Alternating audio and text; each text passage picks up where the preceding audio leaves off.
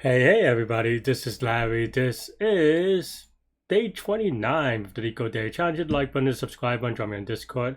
Let me know what you think about this one, and we have a weekly poem afterwards. Today I did my benches and just resting. Still, I don't know. I think I may have hurt myself a little bit again. We'll see what happens. I'm resting that out a little bit. Nothing too serious. I think I'm just a little bit gassed. But yeah, let's take a look at today's poem. Weekend is here, so hopefully I'll get some sleep and rest up and yeah, and all the good things that go with it. Today we have 2818, apply operations to maximize score, hard poem. You're given an array nums of n positive integers and an integer k. Okay, you start with a score of 1, you maximize score by performing the for operation at least k times. Okay, so you choose a non-empty subarray, you choose an element x inside it with the highest prime score. What's a prime score? Prime score, let's finish reading, and then multiply by x. So we have chosen x inside some subarray that we haven't picked recently. I don't know what we've chosen previously mean, but we'll see, because it could be like a pair of LR or just any elements inside it or so forth, right? I don't know. We'll see. But yeah, so we take a part and then we multiply by x. What's the prime score? The prime score of an integer x is equal to the number of distinct prime factors of x. Okay, so prime score of 300 is 3 because there's 3 prime factors. Return the maximum possible score after applying at most k operations. You have 10 times 9 to the for the mod. So let's do the mod song real quick. Mod. Okay.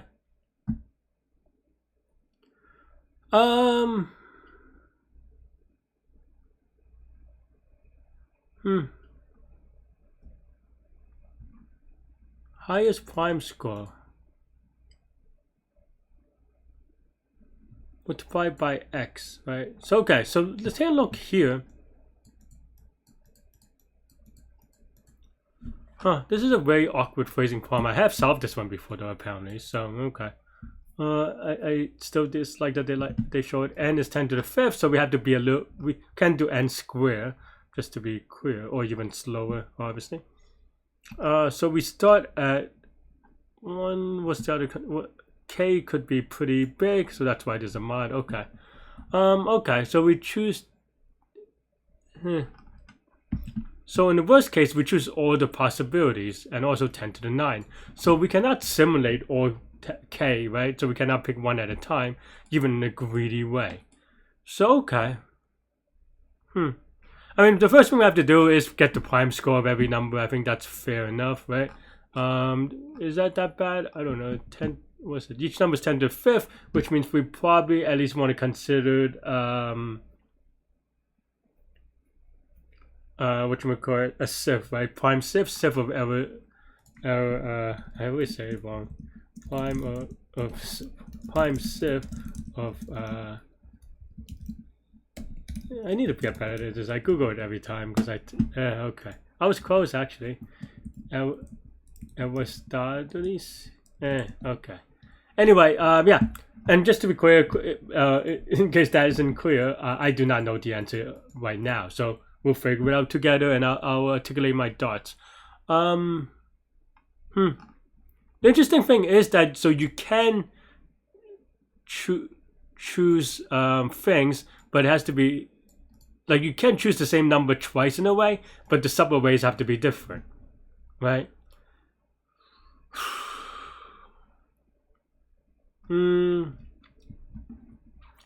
My first intuition is that it is going to be a sort of a sorting problem in a way, right?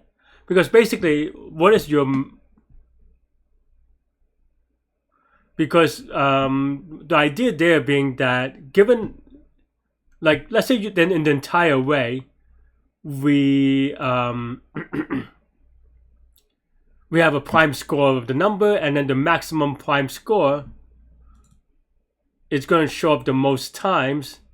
I mean, not that we have to sort by it. So okay, so maybe let me actually go back a second, because you're trying to maximize the score by multiplying by x. I think there is some confusion also as well, is that there's no maximizing in the sense that, keep in mind that you're modding it after you do all the calculations, but you're supposed to do it every step of the way. But what that means is that you cannot compare two numbers under mod, right? Because there's just no comparison, because you don't know how many times you keep track of it, right? So that's just a thing. But I think it becomes a sorting problem, right? Because basically here, well, first we want to maximize this possible score, and we maximize it by looking at x, right? X is the number that we want to maximize by, which is an array element. But we can kind of think about, and maybe this is actually connected components, maybe. Not quite sure yet, but the ideas are there. And the reason why I say that is because then now you have numbers that you can go over one at a time, right? For example, if you do here, right?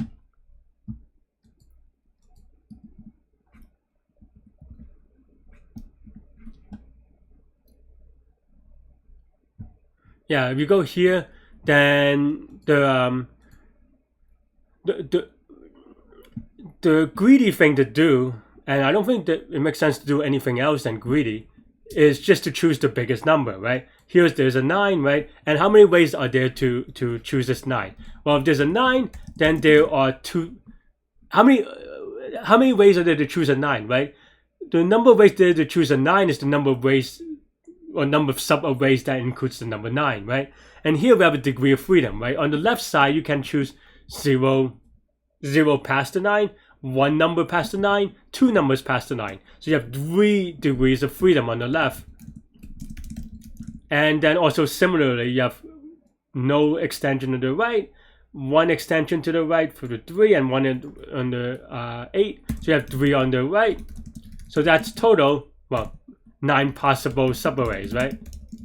So it doesn't matter what subarray you pick, the first 9 will be using this 9, which is maybe a little confusing anyway, but yeah, right? And one thing that I didn't talk about, maybe I think it's too obvious, and I'm still thinking through this, so it's, if I'm not super articulate, my apologies, right? It's not a very conventional problem, which is maybe interesting, but I think now I see it. But yeah, yeah, because the multiplication part, right? Multiplication part is why this greedy will work, right? Is because given 2 choices, you always want to choose the bigger number to multiply by. That's it. That's all. That's the entire greedy argument. And doing one choice does not affect you in future choices, right? You know, for the most part. I mean, you cannot choose the same thing again, but like here, if you used all 9 of 9s, then you're done, right? But other than that, maybe not so much. And then after that, 8, right? For example, 8. Well, technically they're 2 8s, so I will separate them out so it doesn't look like we're being weird. And here we have to do. Oh, actually, am I lying on this one? Maybe I'm a little bit imprecise because I didn't take account the prime score. It's not just the number; it's the prime score, right? But if we didn't have to care about prime score, then we can just go, you know, this is it, right? And then the prime score, this is going to be 1 for 8 because there's only 2. 1, 9 is also 1, right? Actually, yeah, 1, and actually they all have 1, so that's kind of okay. Maybe, I don't know. I mean, I guess that's the way they wanted it as an example. But yeah, but this 8, how many degrees of freedom do we have? Well,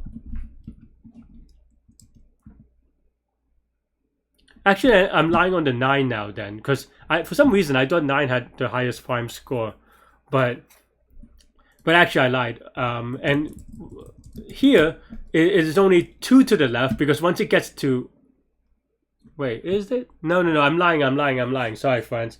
I think this prime score stuff is a little bit confusing. I forget that the tiebreaker is the smallest index, right? So that means that 9 has actually no degree of freedom to the left.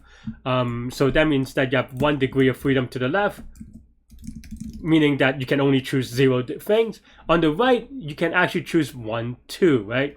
So that's 3 things to the right. 3 to the right, and that means that you have 3 choices for 9, right? And then 8. Okay, well, this 8 actually overpowers all the other 8s, right? On the right, or all the numbers in general to the right side. So this means that you could choose 0, 1, 2, 3, 4, right? So 1 to the left, meaning you can only choose 0, and 4 to the right. So 4 choices for the first 8, right? And then the second 8, well, you have actually 1 choice to the left, 1 choice to the right. So total, there's only 1 choice, right? There's really no choice, but I just want to write it out.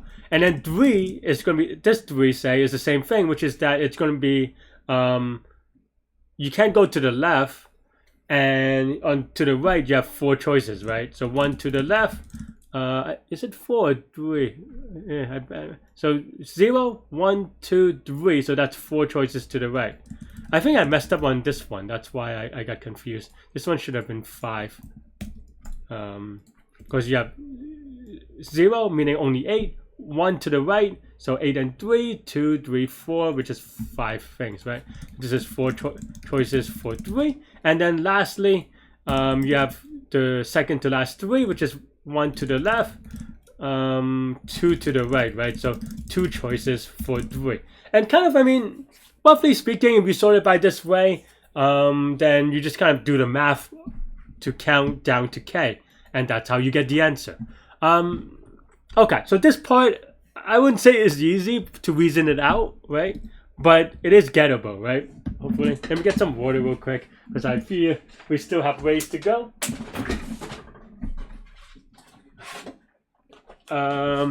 Okay. So now, right, if we go over what we said, I mean, that's fine, but if you're just going to do literally a for loop to the left to the right, that's going to be n squared. And given that n is 10 to the 5th, that is too slow. So what can we do, right?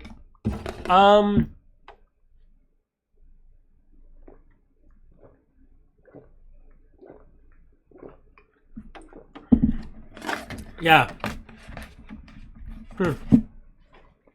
I think there are queries that we can do, right? So we just have to answer 2 questions, and we might have to figure out if we can answer it easily, but it should be fine, probably, maybe, hopefully, right? And keeping in mind that the actual numbers don't matter, it's all about the what they call the prime score, right? So here, maybe we would go, yeah, to the left. It just means that get the last number.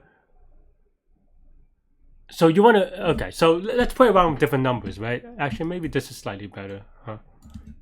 Okay, so we drew out that one. Let's draw another one. Let's say this, and then the prime numbers, this is 1, this is 3 times 4, which is 2, right? Like 2 times 2 times 3, which is 2 prime factor, 2 and 7, 2 and 3, 2 and 5, and 2 and 9, which is 2 and 3, right? So actually that's barely better, but they're not, you know, by that much more, honestly. But yeah, so all right, let's just construct another thing, right? Let's ignore these numbers for now, but we have, like, say, yeah, something like this, right? For whatever number say it is. Then here, if you're trying to do the number that is associated with the prime score 3, you would want to go to the left, only one, right? Because basically it's saying what is the last number that is greater than 3. Right, so this is the query we're trying to ask on the left side, and you could do the same for the right side without laws of generality. You can, I mean, if you're able to solve the left, the worst you can do is just flip the array and then do it again or something, right? Or reverse the array, not flip the array, right? So query is, what is the previous index of a number that is larger than the current number, right? Something like that, right? Or prime score rather.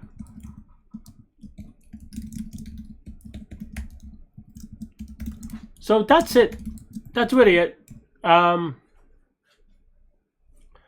and that, not gonna lie, there is a known thing for it. It is called, I hate the name, but it is monostack, I think, or maybe monoqueue. I don't know. I honestly, it is a known thing. So some people are maybe very fast about this, but I'm a little bit, I don't know. I always have to prove it each way. And the way that I think about it is that, okay, so given a stack, right? Let's just say we have this thing for now, right? So now we see a 4, we push the 4, so then now the stack becomes, actually, I guess I don't have to write the code yet. So you have a stack, right? So it begins with a 4, and then now it comes to, and then now you see the 2. What does the 2 mean? The 2, well, we look at the top of the stack is 4. Well, what does that mean, right? That means that, okay, well, we know the answer for 2, that's 1. But then the next is that we push on the stack, right? And then now we go with the number 3. The number 3, we go, okay, well, 3 is bigger than 2, so what does that mean? Well, that means that 2 cannot be the answer for the current 3, so we go on and go to the 4. But furthermore, we can actually remove the number 2 from the stack when we see this 3. Why? Because 2 will never be an answer for future answers again, right? Because you can imagine that in the, you know, this is part of the invariance that we talk about, which is that no matter what the future number is, 2 will never be the stopping point, the end point for a number, because you can imagine, okay, actually let me try some, let me just say this is a 1 because it's a smaller number with a gap, but then now this 1 will never be an answer anyway, because let's say you have, you know, 2, right? If it's 2, then the answer is just going to be 3. If it's 0, the answer is also 3, right? But if let's say a bigger number, you have 5, well, or let's just even say 4. The answer is 4, then it goes all the way to the 4. And again, 1 is never the answer. So you could put any number you want, but the 1 will never be the answer. As a result, that, I mean, there's something more rigorous than that, but that's the idea I think about for a mono stack. So then 1 will never be the answer. So that's why we can remove it. And that's it. Okay. So that's basically it, really. Now we have the pieces on the left, pieces on the right, and we're able to solve it all. I mean, there is one more nuance that we have to talk about, which is that I said it is mostly symmetric, which is mostly true, but it's not actually symmetric, right? Because here, we do want to treat the left and the right differently, being that this 1, for example, that's associated with this 9. This 1 cannot go past this 1, but this 1 can go to the right side, go all the way through, right? Not a big deal, but something that we have to care about. Okay. So first of all, let's calculate this prime sieve thing. I talked a lot, but hopefully it's fine, right? So first we set everything as prime, right? Oh, actually, maybe we want to say factors. I mean, it's going to be the same thing, but yeah. So 1 times maybe the max number, right? In fact, you could just write this 1, so maybe I'll just do that. I don't know. Right, so here the max number is 10 to the 5th, right? So max is equal to, I just like to add a little bit extra for fun, right? And then now we go for f is in factors and range from 2 to max inclusively. Oh no, not inclusively in this case, because max is not the actual number, we don't need it, right? Then now if factors sub f is equal to 1, then it is a prime factor, right? Because it is just 1 and itself. I guess you could have also written it as 2. I don't know. Either way, we'll ignore 1 for now, right? Well, 1, it only has 1 prime factor, which is itself, right? So here, is this the right way to think about it? I don't know. I don't have this memorized. I mean, I kind of do, but I'm writing this specifically for this problem, which may or may not be quite precise. Yeah.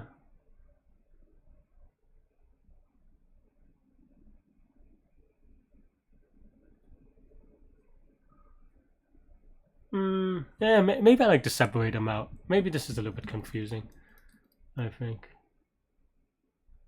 Yeah, because 4 can have 1 prime factor, but it's not the prime, right? So, okay, so let's just put it this way. This is maybe less confusing anyway.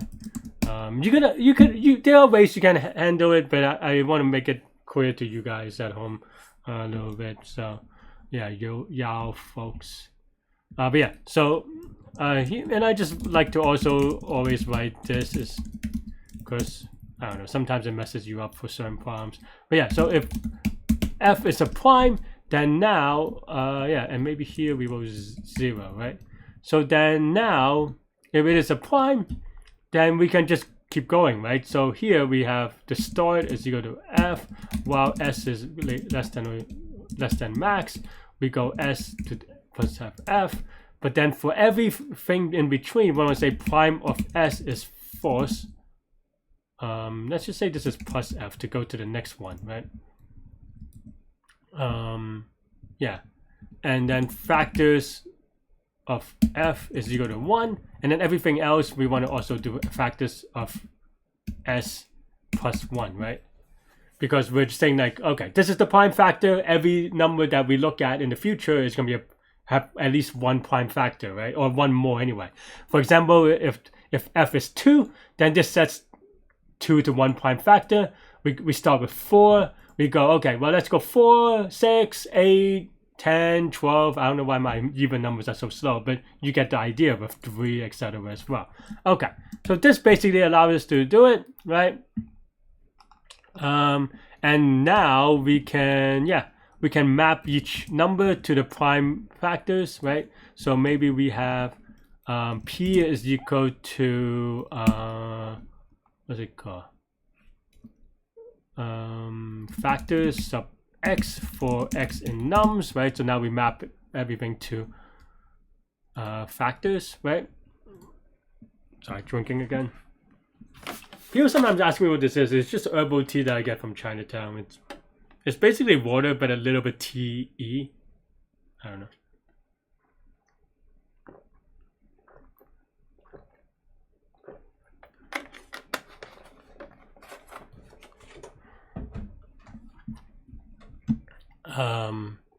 Okay.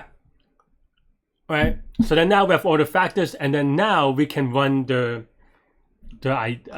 algorithm on it, which is this thing, right? So here, maybe it's fine. We'll write it twice. I don't know if I cleaned it up the last time, but yeah. So we have a stack, right? And then maybe we have a left array, which is maybe 0 times n, and to define it, left sub I is equal to the degree of freedom to the left we have, right?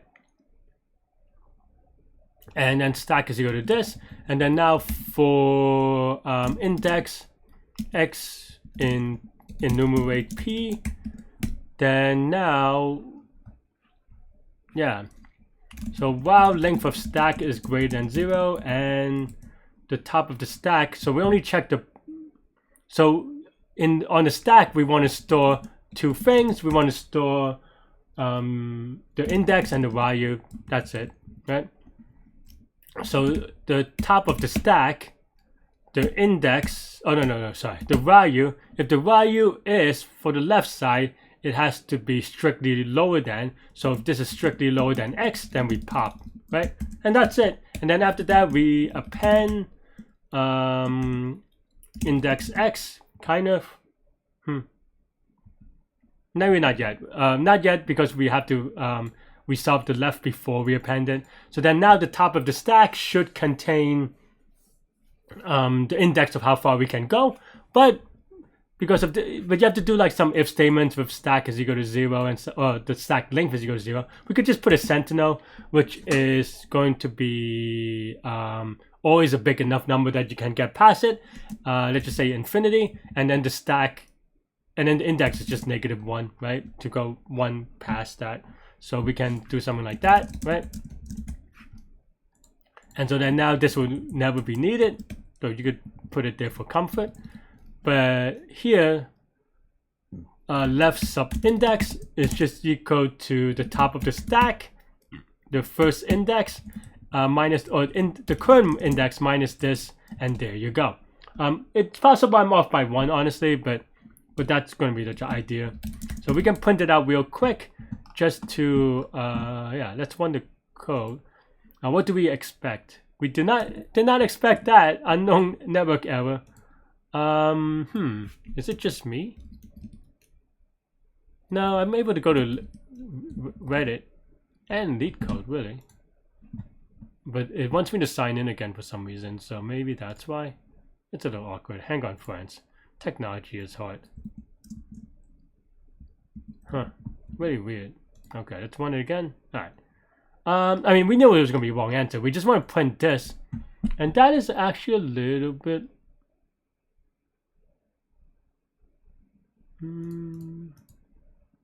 Oh, no, this is right. I was like, this is a little bit disappointing that it doesn't do anything. But that's actually right for this one, right? Because it's all ones, so you can only go 1 degree to the left, which is no degree, right? Well, I mean, 1 degree to the left or no spaces. And here, I think this is the one with 1, 2, 2, 2, 2, 2, 2, 2. So the left side, so this is actually right? We could probably come up with better examples, but that is mostly right. Okay. So left is set up, so then now we want to go from right to left. The right to left stack stuff I'm always a little bit messy about, honestly. So how do I want to write it? I mean, I guess we can just write it, Larry. But yeah, I actually don't know how to do it enumeration backwards.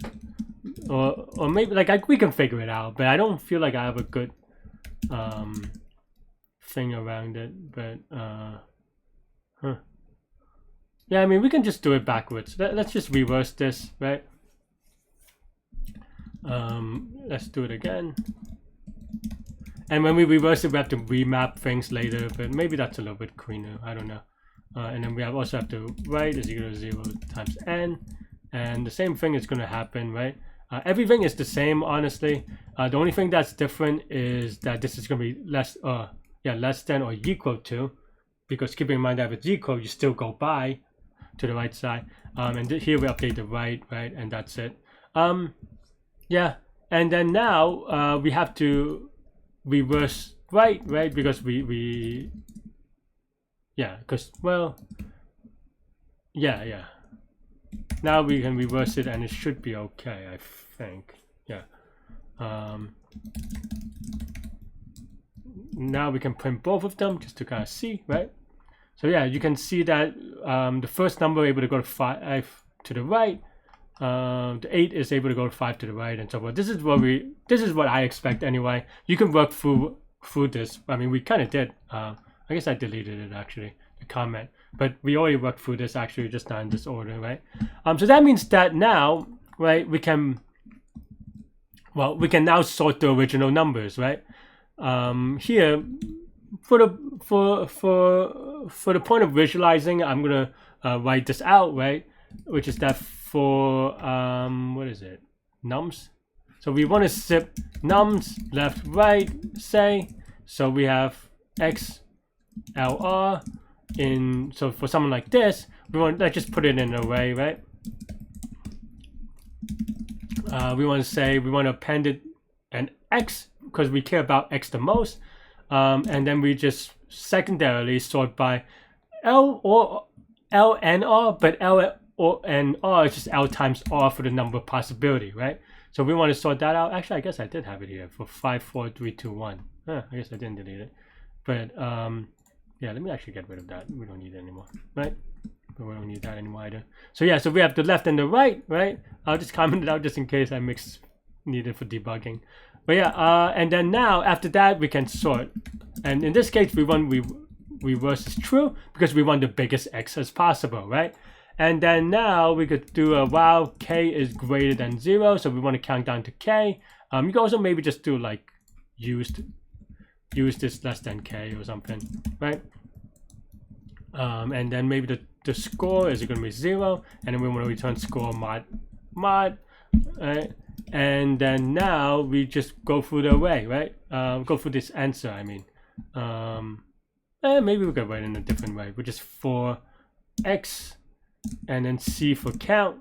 I don't know why I call it an answer, because that's not really, okay, fine.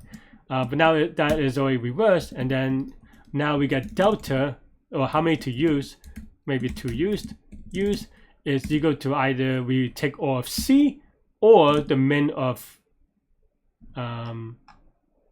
k, right?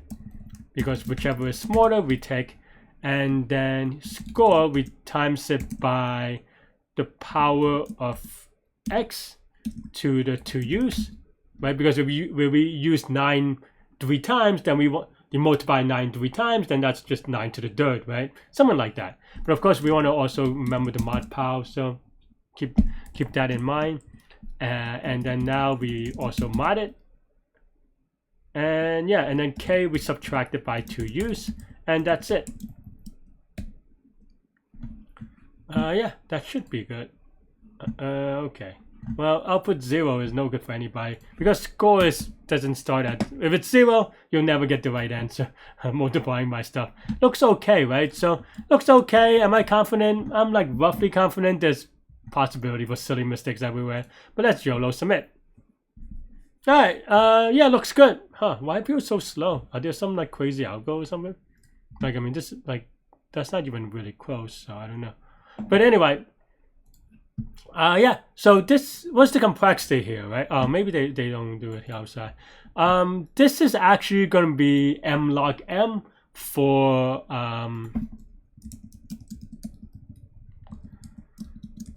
or max log m being max, and the reason is just that this is the summation of 1 plus 1 over 2 plus 1 over 3 plus 1 over 4 plus dot dot dot, which apparently goes to m log m.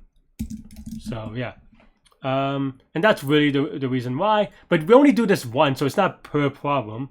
And if you look at here, well, this is a linear thing. O of 1 per item, O of 1 per item, right? We have, well, I mean, each item can only be push and pop off the stack once, so that's a linear amortized and linear here as well. Same thing here, just we switched it to here and we reversed a couple of times, which are linear operations. These are so far linear, but the sorting is going to make it n log n, right? You know, just sorting things. And then here, also linear, so we don't worry that much about it. But yeah, that's it. That's all I have for this one. Let me know what you think. Thanks for watching. And yeah. I'm tired, so I don't know what else is there to say. I thought this is a cute problem, so let me know what you think. We stopped it from beginning to end. Maybe I'm a little bit fast on the mono stack stuff, but I don't know. We went for it. That's all I have for this one. Let me know what you think. Thanks for watching. Give me some love and support. Leave a comment if you're listening to this far. And yeah, stay good, stay healthy, to your mental health. Have a great weekend, everybody. I'll see y'all later and take care. Bye bye.